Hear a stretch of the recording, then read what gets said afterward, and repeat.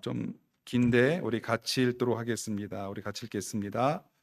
이는 죄를 범하였고 죄가 있는 자니 그 훔친 것이나 착취한 것이나 맡은 것이나 잃은 물건을 주운 것이나 그 거짓 맹세한 모든 물건을 돌려보내되 곧 그 본래 물건의 5분의 1을 더하여 돌려보낼 것이니 그 죄가 드러나는 날에 그 임자에게 줄 것이요 그는 또 그 속건 재물을 여호와께 가져갈지니 곧 내가 진영한 가치대로 양떼 중 흠없는 수장을 속건 재물을 위하여 제사장에게로 끌고 갈 것이요 제사장은 여호와 앞에서 그를 위하여 속죄한즉 그는 무슨 허물이든지 사함을 받으리라. 아멘. 우리 포스터 한번 띄워주시면 감사하겠습니다. 밀양이라는 영화 포스터인데요. 화면에 나와 있는 것좀 전도연 씨, 또 송강호 씨가 주연한 그런 영화입니다. 주제는 용서인데요. 내용은 좀 특별합니다. 그러니까 주님의 그 십자가 사랑과 용서가 어떤 누구에게는 하나님의 큰 은혜와 선물이 되지만 어떤 누구에게는 또 다른 폭력이 될 수 있다는 그런 좀 내용입니다. 얼핏 보기에는 우리가 반기독교적인 영화라는 생각이 들지만 이창동 감독은 절대 기독교를 비판한 영화가 아니다라는 것을 거듭 강조합니다. 제가 봤을 때 우리 자신 한번 돌아보게 하는 좋은 영화지 않나라는 생각을 하게 됩니다. 줄거리를 잠시 소개해드리면요, 이 교통사고로 남편을 잃은 시내는 아들과 함께 그 남편의 고향인 밀양으로 내려옵니다. 여기서 이제 그 피아노 학원을 운영하며 어린 아들과 이제 살게 되는데, 그쪽 동네 사람들은 그 시내를 좀 돈이 많은 과부로 오해를 합니다. 그래서 어떤 한 유괴범이 이 아들을 유괴하고 막대한 그 돈을 요구하게 됩니다. 그 시내는 어떻게 해서든 그 돈을 주고서 아들을 살리려고 했지만 아들은 싸늘한 죽음으로 이제 돌아오게 되는데요. 아들을 잃은 그 엄마 큰 슬픔에 빠져서 삶의 의미와 목적을 다 잃어버렸습니다. 아들도 잃었고 남편도 잃었습니다. 이렇게 한동안 또 방황을 하다가 지인의 추천으로 이제 교회를 가게 되는데요. 교회에서 하나님의 그 은혜를 체험하는데 그동안 마음에 있던 상처와 아픔이 치유되는 것을 경험하고요. 또 사람들이 모인 자리에서 간증을 합니다. 이런 간증을 합니다. 하나님을 믿는 것이 꼭 이 연애를 하는 기분입니다. 나를 항상 지켜주고 사랑하는 존재가 있다는 것을 생각할 때 큰 힘이 됩니다. 이런 간증을 합니다. 그러던 어느 날 시내는 결심합니다. 내 아들을 죽인 살인범을 입술로만 말로만 용서할 것이 아니라 직접 얼굴을 보고 그를 용서해 줘야겠다, 이런 결심을 하고 꽃다발을 들고 교도소를 찾아갑니다. 근데 살인자의 얼굴을 봤는데 너무나 평안합니다. 이 시내가 그 용서라는 말을 꺼내기도 전에 살인자가 먼저 고백을 합니다. 나는 이곳에서 하나님을 만났습니다. 하나님은 죄 많은 저에게도 손을 내밀어 주시고 제가 지은 모든 죄를 회개케 했습니다. 그리고 하나님께서 나의 모든 죄를 용서해 주셨습니다. 이 살인범의 고백을 들은 시내는 다시 한번 큰 절망에 빠집니다. 아니, 내가 용서하지 않았는데 누가 마음대로 용서합니까? 나는 아직도 이렇게 마음이 아픈데, 아들을 보고 싶은 그 마음에 이렇게 절망적인데 당신은 어떻게 이렇게 평안할 수 있습니까? 이 밀양이라는 영화는 우리 기독교인들에게 참된 용서와 회개가 무엇인가를 한번 생각해 보게 하는 중요한 메시지를 담고 있다고 생각을 합니다. 샘물에서 세례를 받은 분이 4,388명입니다. 이분들이 새로운 생명을 얻었고요. 4,388명, 정말 많은 숫자입니다. 이 중에는 우리가 가정주부도 있고 교사도 있고 여러 사람들이 있는데요. 또 이 중에는 사기꾼도 있을 수 있고요. 사채업자도 있을 수 있고요. 또 알코올 중독자도 있을 수 있습니다. 그러나 하나님께서는 과거에 우리가 어떤 삶을 살았는지 따지지 않죠. 하나님께서 용서하지 못할 그런 죄는 없습니다. 예수님께서는 강도를 구원하셨고요. 세리의 친구가 되어주셨고 창기의 친구가 되어주셨습니다. 예수님은 죄인을 위해서 이 땅에 오셨습니다. 그런데 우리가 한 가지 생각해 볼 문제가 있는데요. 여러분, 내가 예수님을 믿기 전에 알코올 중독자였다면 나로 인해서 그 누군가는 분명 상처를 받았을 것입니다. 내가 예수님 믿기 전에 사채업자라면 누군가는 나로 인해서 그 인생이 망친 사람이 분명히 있을 것입니다. 내가 사기꾼이었다면, 예수님 믿기 전에 사기꾼이었다면 나로 인해서 인생의 중요한 기회를 놓친 사람이 분명히 있을 것이고요. 내가 예수님을 믿기 전에 바람을 피웠다면 나로 인해서 그 가정이 파괴되고 상처를 받은 자녀들이 있을 것입니다. 그렇다면 이들은 과연 누가 위로를 해줄까? 나는 하나님께 모든 것을 회개하고 용서받고 평안만 누리면, 나만 평안을 누리면 되는 것인가? 그러니까 나를 용서해 주신 하나님께서 이들도 만져주실까? 이들의 문제도 해결해 주실까? 오늘은 여기에 대해서 함께 나누는 시간을 가지려고 합니다. 우리가 한번 생각해 봐야 될 문제가 아닌가, 그런 생각이 드는데요. 제가 그 미련이라는 영화를 보고 그 감독이 던진 그 질문을 처음엔 답을 할 수가 없었습니다. 몇 년 동안 또 마음에 그런 생각을 주는 그런 영화였는데요. 이제는 목회를 하면서 거기에 대한 분명한 답을 할 수가 있습니다. 결론부터 말씀드리면, 우리가 다른 사람에게 죄를 지었고 그들에게 아픔을 주었을 때 하나님께 진심으로 회개했다고 해서 이 모든 문제가 해결되진 않습니다. 우리가 다른 사람에게 주었던 손해와 아픔과 그 피해를 배상하고 그들 앞에 진정 어린 용서를 구할 때, 그때 비로소 하나님 앞에 온전한 회개가 이루어지는 것이죠. 그 죄로부터 노임을 받을 수 있는 것입니다. 그러니까 우리가 그 주님의 그 모든 것을 용서해 준다는 주님의 그 십자가를 의지함으로 용서를 구하는 것은 우리의 어떤 책임이나 의무를 회피하는 것을 의미하지 않습니다. 오히려 그 반대인데요. 우리가 이 사실을 오늘 본문에서도 잘 확인할 수 있습니다. 오늘 본문은 속건제를 다루고 있는데요. 우리 PPT 한 장 넘겨주시면 감사하겠습니다. 이 속건제는 5대 5가지 제사 가운데 하나인데, 이 보면 배상제, 보상제라고도 불립니다. 우리가 살면서 도둑질을 할 수 있고 또 사기를 또 칠 수도 있는데요. 이런 죄를 지었을 때 어떻게 우리가 용서받을 수 있는가? 이것을 다루는 것이 이 속건제입니다. 그러니까 두 가지가 있는데, 하나님께 범죄했을 경우 이웃에게 범죄할 수 있는 경우가 있는데요. 오늘 우리가 읽은 본문은 이웃에게 범죄했을 때 어떻게 용서를 받을 수 있는가를 다루고 있습니다. 오늘 본문 레위기 6장 4절 5절 말씀을 보겠습니다. 제가 보겠습니다. 이는 죄를 범하였고 죄가 있는 자니 그 물건을 훔친 것이나 착취한 것이나 맡은 것이나 잃은 물건을 주운 것이나 그 거짓 맹세한 모든 물건을 돌려보내되 곧 그 본래 물건의 5분의 1을 더하여 돌려보낼 것이니 그 죄가 드러나는 날에 그 임자에게 줄 것이요.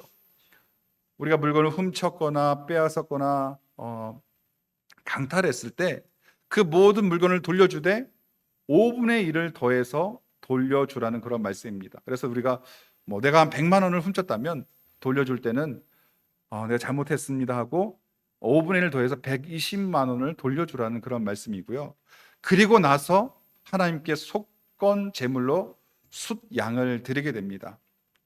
레위기 6장 6절 7절 다음 말씀을 보면, 그는 또 그 속건 제물을 여호와께 가져갈지니 곧 내가 지정한 가치대로 양떼 중 흠없는 숫양을 속건 제물을 위하여 제사장에게로 끌고 갈 것이요 제사장은 여호와 앞에서 그를 위하여 속죄한즉 그는 무슨 허물이든지 사함을 받으리라. 아멘. 우리가 살면서 그런 일은 없어야겠지만 다른 사람의 재물을 또 훔칠 수 있고 또 가로챌 수 있고 또 사기를 칠 수 있지만, 이 모든 죄를 용서받는 것이 속건제입니다. 근데 속건제는 이 순서가 중요합니다. 그러니까 하나님 앞에 용서를 구하기 전에 먼저 손해를 입히고 또 어려움을 입힌 그 이웃을 찾아가서 용서를 하고 배상을 하는 것인데요. 이 5분의 1을 더한다는 것은 이 충분한 배상을 의미합니다. 아니면 5분의 1을 더 배상할 수도 있고요. 이런 배상을 하고 용서를 구한 다음에 하나님께로 와서 속죄 제물을 드림으로 그 모든 죄를 용서받을 수 있었습니다. 이 말씀처럼 무슨 허물이든지 사함을 받으리라. 우리는 더 이상 이제 속건 제물을 드리는 사람 아무도 없습니다. 속건 제물을 드리지 않지만 이 속건 제물에 담긴 사죄의 의미는 오늘날 그대로 우리에게 적용이 됩니다. 조금 더 다르지 않습니다. 우리가 누군가에게 손해를 주고 어려움을 주고 아픔을 주었다면 그에게 찾아가 배상을 하고 마음 어린 용서를 구한 다음에 하나님 앞에 나아가서 또 용서를 구해야 온전한 회개가 이루어진다라는 사실이죠. 저는 이 기독교가 욕먹는 이유가 바로 여기에 있다고 생각합니다. 우린 때때로 뻔뻔한 그 용서를 구할 때가 있습니다. 누군가에게 마음에 큰 상처와 아픔을 주고 하나님께만 회개합니다. 하나님께 회개하고 그에게 가서 하나님께서 나의 죄를 용서해 주셨습니다. 당신도 나를 용서해 주셨으면 좋겠습니다. 만약 용서하지 않으면 그 피해자가 오히려 하나님의 은혜를 저버리는 그런 사람으로 비춰줄 수 있는 그 협박과 같죠. 또 어떤 사람은 그냥 은근슬쩍 넘어가는 경우가 있습니다. 하나님께만 기도하고 은근슬쩍 넘어가는 경우가 있는데요. 이것은 하나님의 자녀로서 바른 태도는 아닙니다. 용서에는 적절한 배상과 보상이 따라야 하는 것입니다. 성경은 우리에게 값싼 용서를 말하지 않습니다. 이 뻔뻔한 용서를 요구하지도 않습니다. 빌레몬서를 보면 신약성경 가장 짧은 성경인데 이 속건제를 다루고 있는 편지라고도 말할 수가 있습니다. 사도 바울이 이 빌레몬에게 보낸 편지인데요. 그 내용을 설명해 드리면 이 오네시모라는 종이 빌레몬이라는 주인에게서 도망을 칩니다. 그리고 아마 그의 재물을 훔치고 갔을 것으로 생각을 합니다. 도망간 이 오네시모는 다행히 사도 바울을 만나 복음을 듣고 회개하고 예수님을 믿게 됩니다. 또 복음의 일꾼도 됩니다. 그렇다고 해서 이 오네시모의 과거의 죄가 모두가 해결된 것이 아닙니다. 그래서 사도 바울은 이 오네시모의 손에 그의 편지를 쥐어서 보내게 되는데요. 이 편지가 바로 빌레몬서입니다. 그 당시 로마법에는 도망친 노예가 잡히면 사형을 당할 수도 있었고요. 더군다나 오네시모는 그 주인의 재물을 도둑질했습니다. 이 잡히면 중형을 피할 수가 없습니다. 그럼에도 사도 바울은 이 오네시모를 다시 주인에게 돌려보냅니다. 그리고 빚이 있다면 내가 갚겠노라 약속을 하고 진심 어린 용서를 구하게 합니다. 이처럼 우리가 진정한 회개, 진정한 용서는 그만한 대가가 따른다라는 사실입니다. 우리가 잘 아는 삭개오 역시 마찬가지입니다. 삭개오는 세리인데요. 세리는 그 당시 참 나쁜 안 좋은 직업 가운데 하나인데요. 동족의 그 피눈물을 흘리게 해서 먹고 사는 그런 직업 가운데 하나입니다. 그래서 사람들은 세리를 손가락질하고 테러를 하기도 했습니다. 이런 삭개오, 세리장이었는데요. 이런 삭개오가 예수님을 만나게 되고 회개하고 예수님 품에 안기게 됩니다. 그러나 그렇다고 해서 이 모든 죄가 해결된 것은 아니죠. 그동안 삭개오 때문에 상처받고 아픔과 눈물 흘린 수많은 사람들이 있습니다. 그래서 삭개오는 이런 고백을 합니다. 누가복음 19장 8절에 삭개오가 서서 주께 여짜오되 주여 보시옵소서 내 소유의 절반을 가난한 자들에게 주겠사오며 만일 누구의 것을 속여 빼앗은 일이 있으면 내 갑절이나 갚겠나이다. 이것은 이 속건제를 드린 것입니다. 자신의 잘못을 뉘우치고 거기에 합당한 배상과 보상을 한 것이죠. 이때 예수님께서는 그 삭개오의 고백을 드시고 삭개오에게 구원받았음을 선언하십니다. 오늘 구원이 이 집에 이르렀다. 이 사람도 아브라함의 자손이로다. 여러분, 이것이 구원받은 자의 바른 모습입니다. 이 삭개오의 회개가 진심이었음을 보여주는 그런 사건입니다. 예수님은 마태복음에서 이렇게 말씀하시는데 우리 같이 한번 읽어보겠습니다. 같이 읽겠습니다. 그러므로 예물을 제단에 드리다가 거기서 내 형제에게 원망 들을 만한 일이 있는 것이 생각나거든 예물을 제단 앞에 두고 먼저 가서 형제와 화목하고 그 후에 와서 예물을 드리라. 아멘. 우리가 짓는 모든 죄는 궁극적으로 하나님께 짓는 것입니다. 하나님만이 그 죄의 문제를 해결해 줄 수 있는데요. 그 죄의 문제를 해결받는 과정이 있습니다. 순서가 있는데요. 먼저 이웃에게 원망 들을 만한 일이 있거든. 도둑질을 할 수도 있고 사기를 칠 수도 있고요. 폭력을 행하고 상처, 아픔을 줄 수도 있습니다. 이런 일을 저질렀다면 먼저 그를 찾아가서 충분한 보상과 배상을 하고 진심 어린 용서를 구해야 합니다. 그런 다음 하나님 앞에 와서 속건제물 드림으로 용서를 구하는 것이죠. 예물을 제단 앞에 두고 먼저 가서 형제와 화목하고 그 후에 와서 예물을 드리라. 여러분, 그렇다고 해서 우리가 지난날 우리의 모든 잘못을 다 파헤치고 헤쳐서 해결하자라는 의미는 아닙니다. 시간이 흐르면서 물론 저절로 해결되는 문제가 분명히 있습니다. 그리고 이미 잊혀진 잘못도 있는데요. 이런 것을 굳이 끄집어낼 필요는 없다고 생각합니다. 그러나 우리 마음에 여전히 짐으로 남아있는 잘못이 있고요. 또 성령께서 또 생각나게 하시는 그런 허물이 있습니다. 이런 잘못과 허물은 우리가 용기를 내서 찾아가서 용서를 구하는 것이 바른 모습일 것입니다. 내가 누구에게 돈을 빌리고 지금까지 갚지 않았다면 우리가 용서를 구해야겠죠. 내가 샘물에 와서 예수님을 믿게 되었는데 당신에게 한 잘못이 마음에 계속 걸립니다. 내가 지금은 경제활동을 하고 있지 않아서 다 갚을 수 없지만 반이라도 갚겠습니다. 5분의 1이라도 갚겠습니다. 용서해 주십시오. 내가 진작 예수님을 믿었더라면 당신에게 이런 아픔을 주지 않았을 것입니다. 라는 모습이 있어야 되지 않을까 생각을 합니다. 또 내가 성질이 급해서 함부로 주먹을 잘못 썼습니다.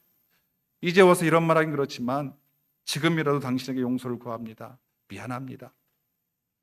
또 내가 지난달에 또 주차하다가 당신 차를 긁었습니다. 내가 나중에 말하려고 했는데 시간을 놓치는 바람에 지금까지 말을 못했습니다. 너무 늦게 말씀드려 죄송합니다. 내가 수리비를 드리겠습니다. 우리가 이웃에게 원망 드릴 만한 일을 저질렀다면 먼저 찾아가서 충분한 배상을 하고 진심 어린 그런 용서를 구해야 합니다. 그런 다음 하나님 앞에 용서를 구할 때 우리가 모든 죄에서 노임을 받는 것이고요. 또 우리 마음에 자유함이 있는 것입니다. 말씀을 정리하겠습니다. 우리가 짧게 나눴지만 이 나는 속건제를 생각하면 좀 마음에 부담과 또 어려움이 있을 수 있습니다. 그러나 우리가 기억해야 되는데요. 하나님께서 우리의 마음을 불편하게 하시고 우리를 정죄하기 위해서 속건제를 주신 것이 아니라 우리에게 진정한 자유함을 주시기 위해서 이런 제도를 허락하셨다는 것이죠. 이 속건제의 시작은 보상과 또 배상이라는 그런 부담이 있지만 그 결과는 평안입니다. 그 결과는 자유함이죠. 내가 다른 사람에게 준 상처나 아픔과 허물과 실수들을 뒤로하고 하나님만 찾고 하나님 앞에만 회개한다면 우리는 그 과거의 죄에서 결코 자유롭지 못할 것입니다. 진정한 평안을 누릴 수 없을 것입니다. 그러나 우리가 용기를 내서 미안합니다. 잘못했습니다. 내가 실수했습니다. 용서를 구할 때 우리는 주님 안에 참된 평안과 위로를 맛볼 수 있을 것입니다. 이 죄에서 노임을 받을 수 있을 것입니다. 혹시라도 우리가 다른 사람에게 피해를 주고 손해를 끼쳤다면 합당한 배상과 또 대가를 지불하고 용서를 구하는 저와 여러분 되기를 주의 이름으로 축복합니다. 우리 이 시간 잠시 기도할 텐데요. 예수님께서 우리를 용서해 주신 것은 어떤 공짜가 아니라 예수님의 십자가 죽음이라는 엄청난 대가를 통해서 우리의 죄를 용서